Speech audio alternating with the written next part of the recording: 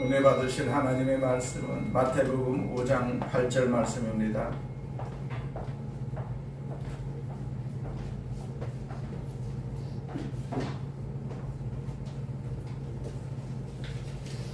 마태복음 5장 8절 말씀을 같이 봉독합니다. 마음이 청결한 자는 복이 있나니 그들이 하나님을 볼 것이며. 아멘. 옆 사람과 인사합니다. 예수님 안에서 좋은 일이 있습니다.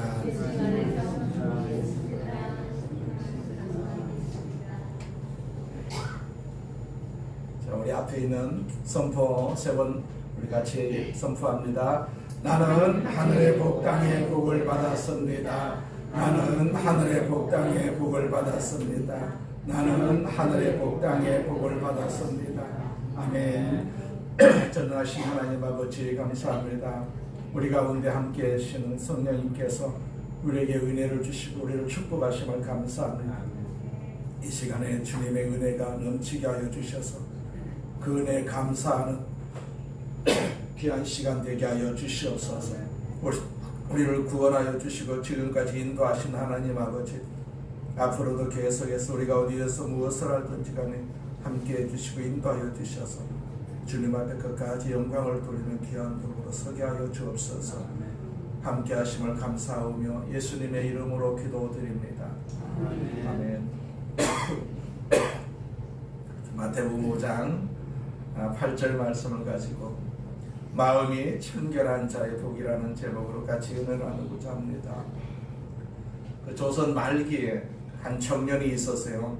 그런 과거 시험에 그 부패에 실망을 안고 자신의 앞길을 알아보기 위해서 관상 공부를 시작했다고 해요.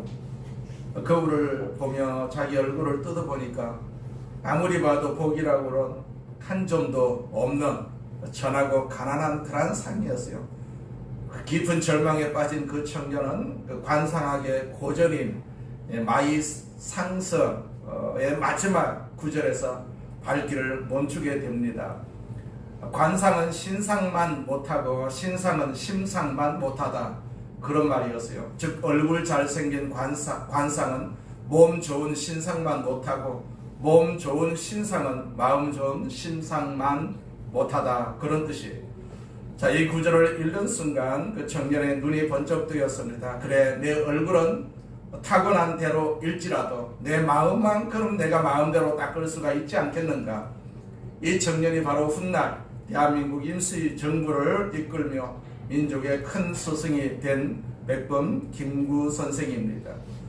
자, 김구 선생이 붙들었던 심상은 오늘 본문이 말하는 마음의 청결과 맞닿아 있습니다. 관상이 겉으로 드러난 껍데기라면 심상은 그 안에 담긴 알맹이라고 할 수가 있죠. 세상 사람들은 그 모양을 가꾸고 스펙을 쌓는 그런 관상과 신상에 목숨을 겁니다. 하지만 하나님은 말씀하세요. 사무엘상 16장 7절에 사람은 외모로 보거니와 나 여호와는 중심을 보느니라, 그렇게 말씀을 하셨어요. 하나님이 보시는 것은 우리의 배경이나 외모가 아니라 주님을 향해서 일편단심으로 향해 있는 그 청결한 마음, 즉 심상이다라는 사실이죠. 김구 선생은 자신의 그 상판 외모에 갇혀 있지 않았어요. 마음을 새롭게 함으로써 민족의 운명을 짊어지는 지도자가 되었어요. 우리 예수 믿는 사람들도 마찬가지입니다. 우리 마음의 창이 세상 욕심과 또 위선으로 흐려져 있으면 내 곁에 계신 하나님을 절대로 볼 수가 없지요. 마음이 청결해진다는 것은 내 마음의 거울에 붙어있는 자기의 의, 세상 염려를 다 닦아내고 오직 하나님 한 분만을 비추는 것입니다. 그때 우리는 비로소 내 삶 속에 살아 역사하시는 하나님을 발견하게 되는 것이죠. 여러분, 김구 선생이 관상책을 듣고 마음 닦기에 전념했듯이 오늘 우리도 세상이 말하는 그러한 조건들에 낙심하기를 멈춥시다. 대신에 우리 마음의 중심을 항상 하나님께, 주님께 고정하십시다.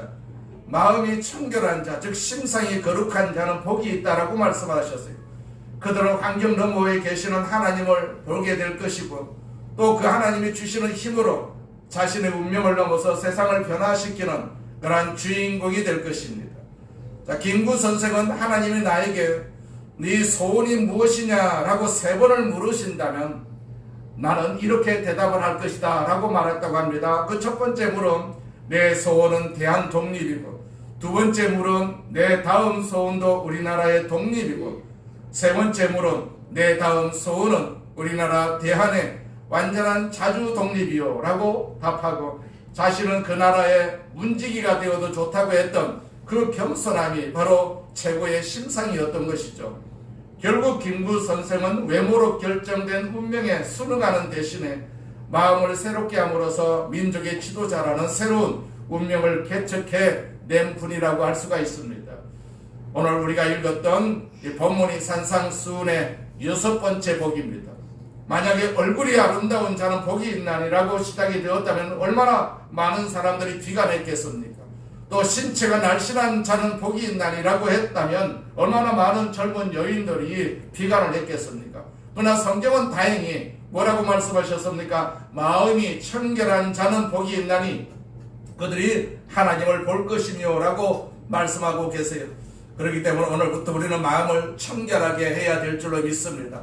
우리는 날마다 하나님을 보기를 원하고 있지 않겠어요? 하나님을 보기 위해서는 우리가 마음이 청결해야 된다라는 사실을 우리 말씀을 통해서 알 수가 있어요. 첫째로 청결한 마음이 어떤 것일까요? 자, 청결의 헬라어는 카타로스라는 단어인데 그 청결의 동사는 청결하다라는 단어입니다.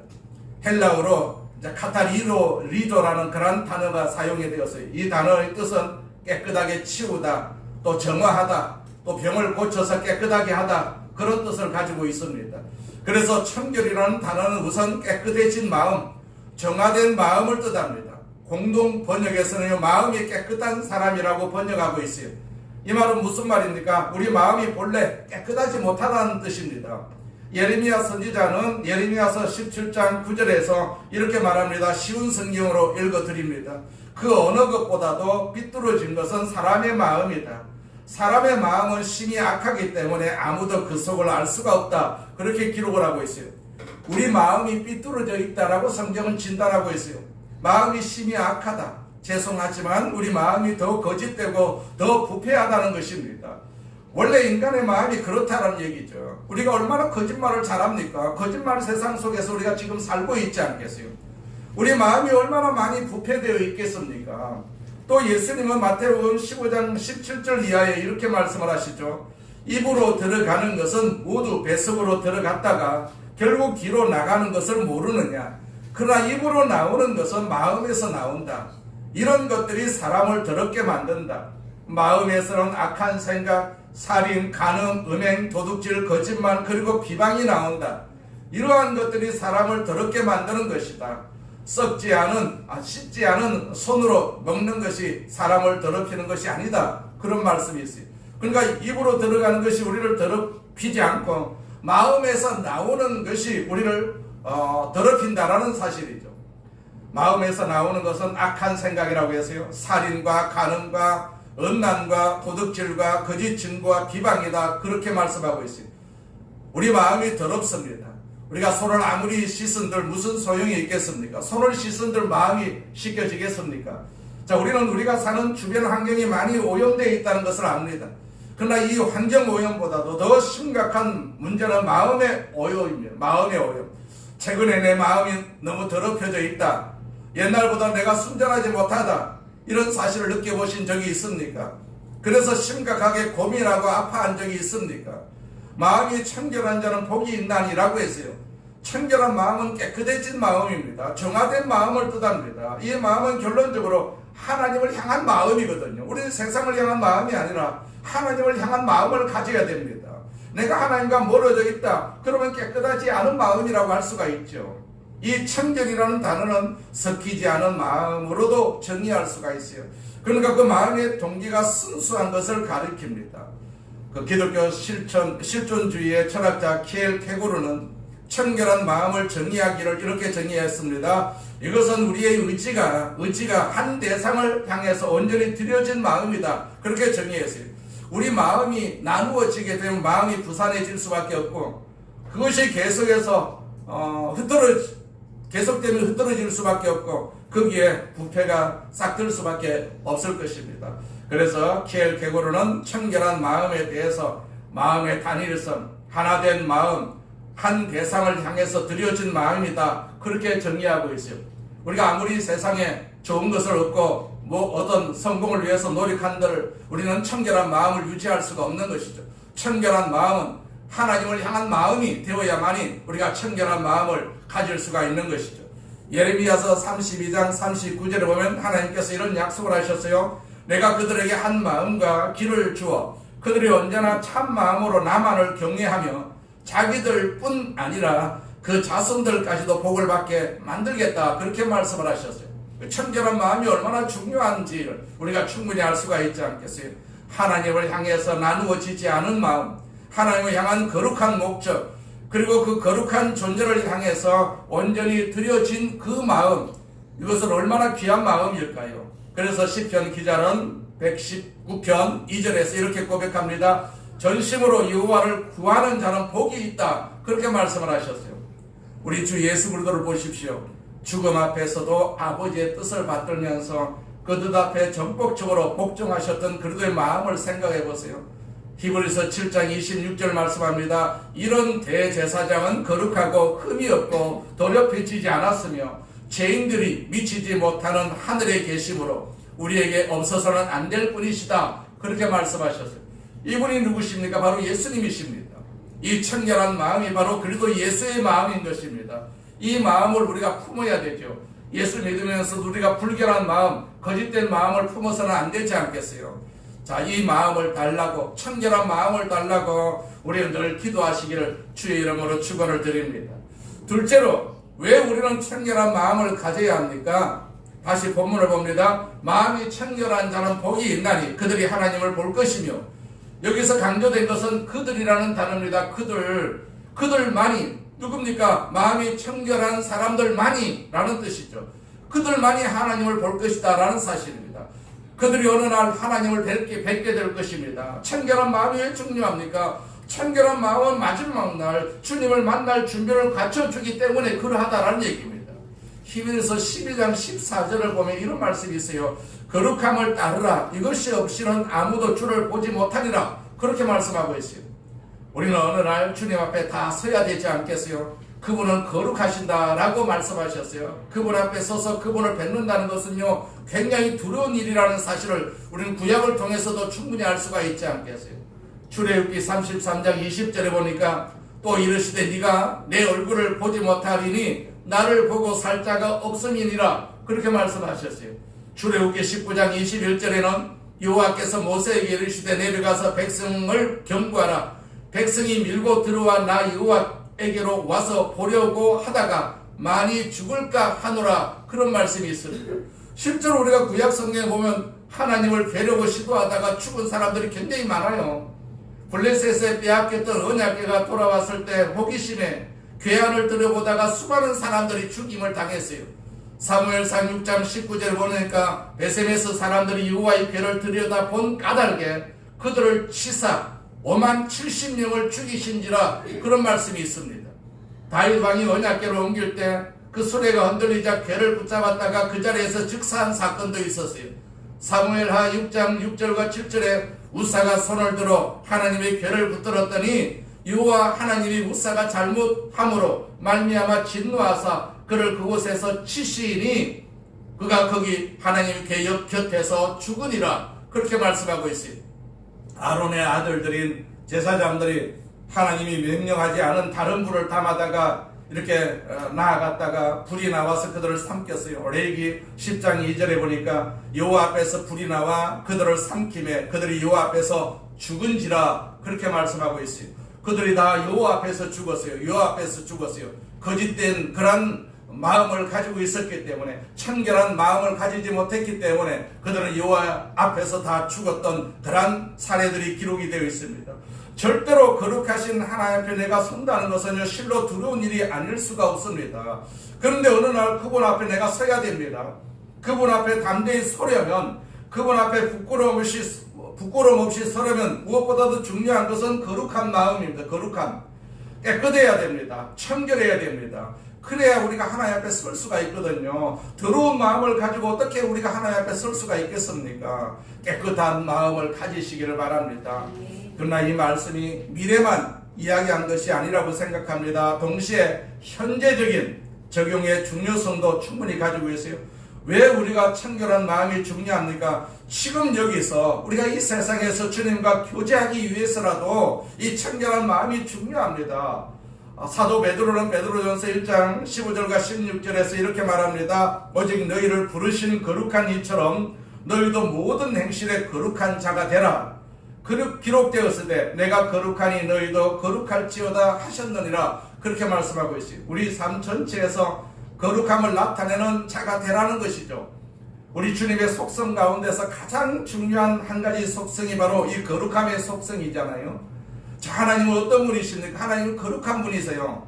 따라서 그분은 그분을 닮는 모든 자녀들에게 거룩함을 요구하고 계세요. 죄는 하나님과 나 사이의 교제를 단절시킵니다. 그러나 회개는 이 교제를 회복시키시죠. 내가 주님과 거룩한 교제를 나눌 수가 있다면, 그래서 거룩한 주님을 닮아갈 수가 있다면 좋겠다. 여러분, 이런 열망을 항상 가져보셨습니까? 크리스찬의 의사인 폴 트루니에는 이런 말을 했어요. 우리 인간의 삶의 기간을 크게 세 부분으로 나눈다고 한다면 유아기나 소년기에는 우리가 가지는 가장 커다란 열망은, 그들이 가지는 열망 아마도 소유의 열망일 것이고, 청년기의 열망은 경험일 것이다. 그러나 장년기의 열망은 인격적 열망이 되어야 한다. 그렇게 정의하고 있어요.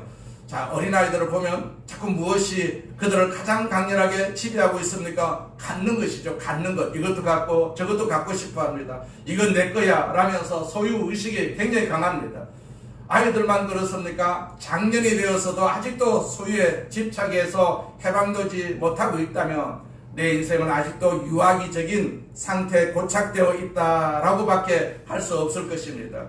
자, 청년은 경험을 즐거이 합니다. 새로운 세계를, 그리고 새로운 과제를, 그리고 새로운 차원의 인생을 그들은 탐험하고 싶어 합니다. 청년기의 열망은 경험입니다. 그러나 장년기에 들어서서 내 삶을 마무리할 그 시간이 가까울수록 우리는요, 거룩하신 내 주 앞에 서야 할 그 시간이 가까울수록 인생의 열망은 마땅히 인격의 열망이 되어야 한다라는 사실이죠. 주님 앞에 서는 날 내가 얼마나 돈을 많이 벌었는가, 그것은 하나도 중요하지 않습니다. 살아계신 하나님 앞에 서는 날 나는 어떤 사람이 되어 있었을까, 이것이 굉장히 중요한 문제이지 않겠어요? 거룩하신 하나님을 사모하면서 거룩한 그분 앞에 그분을 닮은 존재로 우리가 설 수가 있다면 얼마나 좋겠어요. 주께서 이 거룩의 열망을 주시기를 우리는 항상 기도해야 될 줄로 믿습니다. 마음이 청결한 자는 복이 있나니 그들이 하나님을 볼 것이다. 우리가 이 세상에서도 하나님 보면서 살아야 되지 않겠어요? 세상에 볼 것이 너무나도 많이 있습니다. 그러나 그 볼 것은 전부 다 우리를 실망시키는 것들일 수밖에 없지 않겠어요? 실망시키지 않는 하나님을 우리가 바라보면서 사는 것이 우리의 신앙생활에 어떤 결과를 얻을 수 있는 그런 능력이라고 할 수가 있습니다. 그래서 하나님을 늘 바라보시기를 바랍니다. 세 번째로, 어떻게 우리는 청결한 마음을 가질 수가 있을까요? 자, 우리는 도덕적으로나 윤리적인 결단으로는 청결한 마음을 가질 수가 없다는 것도 너무나도 잘 알고 있어요. 청결한 삶을 살고 싶다, 이 단순한 윤리적 결단 혹은 도덕적 결심만으로는 절대로 될 수가 없지요. 청결이라는 단어에 가장 익숙해 있던 대표적인 사람들이 있다면 유대인들입니다. 유대인들. 지금 예수님 앞에 이 말씀을 받고 있는 제자들, 그리고 많은 유대인들은 무엇보다도 이 청결이라는 단어에 익숙해져 있었어요. 오히려 그들은 청결이라는 이 단어가 강박관념에 사로잡힌 사람들이었다 해도 지나친 말이 아닐 것입니다. 특별히 레위기를 보면 먹어야 할 음식이 있고 먹지 말아야 할 음식이 있습니다. 구별되어 있어요. 만져야 할 것, 만지지 말아야 할 것이 구별되어 있습니다. 해야 할 일, 하지 말아야 할 일들이 구별되어 있습니다. 예컨대 우리가 죽은 사람이 시체를 만졌다, 아니면 나병 환자를 어쩌다 접촉이 되었다, 그러면 구약의 규례에 의하면은요, 이 사람은 거리를 걸어가면서 이렇게 외쳐야만 했습니다. 나는 부정하다, 나는 부정하다, 나는 부정하다, 이렇게 소리치면서 다녀야만 했었습니다. 이 청결이라는 단어가 구약에서 무려 150번 이상이나 등장한다는 사실만 보아도 이 청결에 대한 그들의 과잉 의식을 충분히 볼 수가 있지 않겠어요? 이 청결한 삶을 추구하기 위해서 그들은 청결에 대한 많은 규례를 만들었어요. 자, 예수님 당시에 와서 바리새인들은 청결 규례를 지키기 위해서 시행 규칙들을 또 만들고 또 만들었어요. 그것이 얼마나 많은지 모릅니다. 그런데 이 청결 규례를 많이 만들면 만들수록 그들은 더욱더 부정한 사실을 발견할 수밖에 없지 않겠어요? 이 청결 규례가 그들을 깨끗하게 한 것이 아니라 오히려 그들에게 죄책만 더해 주었던 것이죠. 거룩을 원하는 하지만은 거룩할 수가 없었던 그들, 청결하게 살기를 원하지만 청결할 수가 없었던 갈등이 그들의 갈등이었어요. 이것이 오늘날 우리들의 어떤 도덕적인 갈등이기도 합니다. 우리는 하기를 원합니다. 그런데 안 됩니다. 하지 말아야 할 것이 있습니다. 그런데 이상하게 그것만 골라가면서 하는 사람들이 얼마나 많이 있습니까? 하지 말라고 하면 더 하고 싶어 하는 것이 우리 인간의 모습이지요. 자, 김숙자라는 이름을 가진 자매 사이에서 일어날 법한 공감 가는 에피소드가 있습니다. 당시 자자 돌림 이름을 가졌던 분들이 겪었던 전형적인 그런 고충이 담겨져 있어요. 그 일본 메이지 시대 이후에 일본 왕실이나 귀족 가문 여성이 이름 뒤에 자자를 붙이는 것이 유행을 했었지 않겠어요? 자자가 바로 일본말로 코자, 코라고 그래요. 자, 일제 강점기 당시 일본의 문화가 우리나라에 유입이 되고 창씨 개명이 강요가 되면서 한국에서도 딸의 이름 뒤에 자자를 붙이는 방식이 급격히 퍼져나가서요. 그게 아주 유식한 줄 알았어요. 자, 숙자 씨에게는 언니, 영자와 여동생 순자가 있었다고 합니다. 자, 일본에서는 순할 순과 맑을 숙을 모두 요시라고 부르기 때문에 숙자와 순자는 같은 요식구로 불리었어요. 명절에 친척들이 모여서 영자야, 숙자야, 순자야 이렇게 부르면 특별히 숙자는 마치 타임머신을 타고 일제 강점기로 돌아간 듯한 기분을 느꼈다고 합니다. 어느 날 숙자가 학교에서 돌아와 부모님에게 이런 선언을 합니다. 아빠, 왜 우리 이름을 이런 일본식으로 다 지었어요? 친구들이 우리 집을 자자 패밀리라고 놀린단 말이에요. 하고 이렇게 항의를 합니다. 아버지는 당시 가장 유행했던 도시적이고 인테리어한 이름이라고 생각해서 정성껏 지어준 것이었죠. 그 아버지는 억울했지만 자매들은 단체로 단식 투쟁에 막 들어가기도 합니다. 새학기 첫날에 선생님이 출석을 부를 때 숙자는 책상 아래 이렇게 숨고 싶었어요. 선생님이 김민준, 박지민 이렇게 하다가 뭉칫하면서 김숙자 이렇게 부르면 반 아이들이 막 킥킥거리고 웃기 시작을 합니다. 한 번은 젊은 선생님이 이 숙자 씨를 놀리느라고 숙자를 보고 이름이 굉장히 클래식하구나. 할머니 성함이 혹시 숙자니? 이렇게 물어보는 바람에 숙자는 그날 화장실에서 몰래 눈물을 훔쳤다고 웃지 못할 그런 이야기가 있어요. 자, 숙자는 대학생 때 소개팅을 나가서 절대로 자기는 본명을 밝히지 않습니다. 그녀의 가명은 아주 세련된 수연이었어요. 수연이.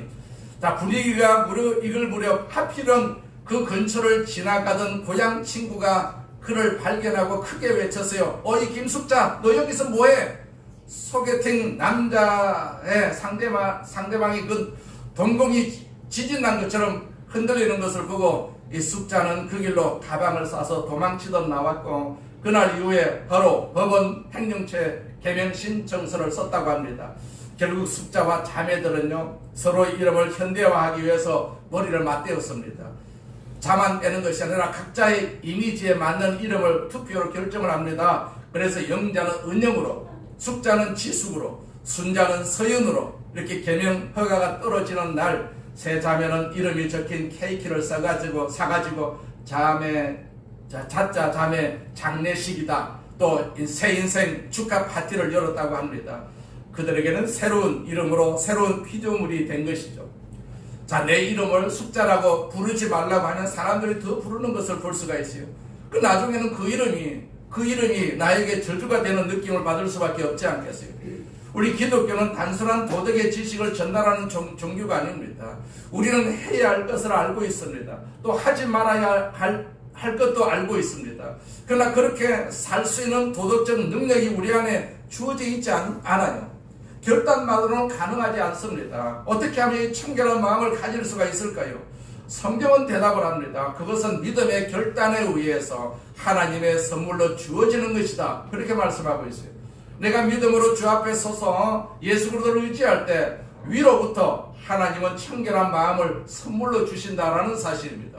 지금은 청결한 마음을 세상에서 얻을 수 있는 그런 어떤 단체가 없습니다. 옛날에 우리가 어릴 때 공부할 때는 도덕이 있었고 윤리라는 그런 과목이 있었어요. 그래서 그나마 우리가 도덕을 배우면서 윤리를 배우면서 우리는 청결한 마음을, 부모에 대한 청결한 마음을 가지려고 애를 썼었어요. 그런데 지금은 그런 과목이 없지 않겠어요? 그러니까 청결한 마음이 전혀 사람들에게서 찾아볼 수가 없습니다. 오히려 거짓된 마음이 그들을 치료하고 있다는 것도 우리가 충분히 알 수가 있지 않겠어요? 에스겔서 36장 26절 이하에 보면 하나님은 선지자를 통해서 복된 약속을 우리에게 주십니다. 또 새 영을 너희 속에 두고 새 마음을 너희에게 주되 너희 육신에서 굳은 마음을 제거하고 부드러운 마음을 줄 것이며, 그런 말씀이 있습니다. 새로운 마음이 위로부터 주어진다, 그렇게 말씀하고 계세요. 청결한 마음은 위로부터 주어집니다. 하나님으로부터 주어집니다. 어떻게 주어집니까? 내 스스로 청결할 수가 없었던 내 부정을 인식하고 내 삶의 도덕을 지키지 못한 것을 인지하고 살아계신 하나님 앞에 서는 순간, 십자가를 바라보는 순간 내 허물과 죄를 담당하시고 2000년 전 십자가에 매달리신 예수 그리스도, 십자가상에서 보배로운 피를 떨구시던 그분은 그 피로 오늘날도 그 죄인들의 죄에서 그들을 해방시키시는 것을 볼 수가 있어요. 그리고 그 마음속에 새로운 마음을 주십니다. 그게 청결한 마음입니다. 성경은 고린도후서 5장 17절에 이렇게 약속을 하지요. 그런 적 누구든지 그리도 안에 있으면 새로운 피조물이라, 이전 것은 지나갔으니 보라 새 것이 되었도다, 그렇게 말씀하고 있어요. 새 마음을 주시는 하나님을 늘 찬양하시기를 바랍니다. 그리고 내가 주 앞에 서서 기도할 때마다, 그리고 거룩한 말씀 앞에 우리가 설 때마다 주께서는 이 새로운 마음을 항상 키워주시는 것을 우리는 알 수가 있지 않겠어요? 여기에 거룩의 비밀이 있다는 사실입니다. 영국의 시인이자 찬송가 작가인 윌리엄 카우퍼, 이 사람은 아주 파란만장하면서도 아름다운 그런 유사를 남긴 사람입니다. 18세기 영국에서 가장 인기 있는 그러한 시인 중에 한 명이었다고 해요. 오늘날 우리에게도 이 샘물과 같은 보혈은 이 찬송가 가사로도 아주 유명한 사람입니다. 카우퍼의 삶은 순탄치 않았어요. 어린 시절 어머니를 여의고 또 학교 폭력을 당하는 등 정서적인 상처가 굉장히 깊었어요. 성인이 된 후에도 변호사 자격시험을 앞두고 극심한 압박감을 느껴가지고 여러 차례 자살 시도를 할 정도로 심각한 우울증과 정신질환에 시달렸어요. 하지만 그는 이 고통을 문학으로 승화를 시켰습니다. 그의 대표작이 바로 테스크라는 그런 시인데, 이 시의 탄생 배경에는 재미있는 일화가 있습니다. 당시 우울증을 심하게 앓고 있던 카우퍼에게 그의 부인인 오스틴이 기분 전환을 위해서 시를 써보라고 권유를 했다고 해요. 그래서 카우퍼가 무슨 주제가 없어서 시를 못 쓰겠다, 그렇게 하자 오스틴 부인은요, 눈앞에 있는 소파에 대해서라도 한번 써보세요, 일종의 숙제를 내줬어요. 카우퍼는 이 숙제를 충실히 이렇게 수행하면서 소파에서 시작해가지고 자연과 신, 사회에 이르는 거대한 서사시를 완성을 했고 제목을 그대로 테스크라고 불렀어요. 이 시는 당시 유행하던 인위적인 그런 격식을 깨고 자연과 일상의 그 소중함을 노래하면서 이후에 낭만주의 시대를 여는 가교 역할을 했다고 합니다. 하나님은 시골을 만드셨고 인간은 도시를 만들었다라는 유명한 말도 그 시에서 나왔어요. 카우퍼는 단순히 은둔하는 그런 시인에 이제 그치지 않았어요. 그는 당시 영국의 뜨거운 감자였던 노예 폐지에 적극적인 소리도 냈습니다.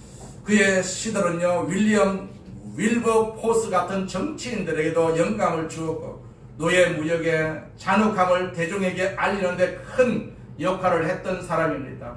윌리엄 카우퍼의 가장 유명한 찬송가인 샘물과 같은 보혈은 그의 비극적인 삶과 뜨거운 신앙 체험이 교차하는 지점에서 탄생한 그런 곡입니다. 이 찬송의 핵심 모티브는 구약성경 스가랴 3장 1절 말씀이었다고 합니다. 그날에 죄와 더러움을 씻는 셈이 다윗의 족속과 예루살렘 주민을 위하여 열리리라 라는 구절입니다. 카우퍼는 이 구절에 나오는 샘을 예수 그리스도가 십자가에 설리신 보혈로 해석을 합니다.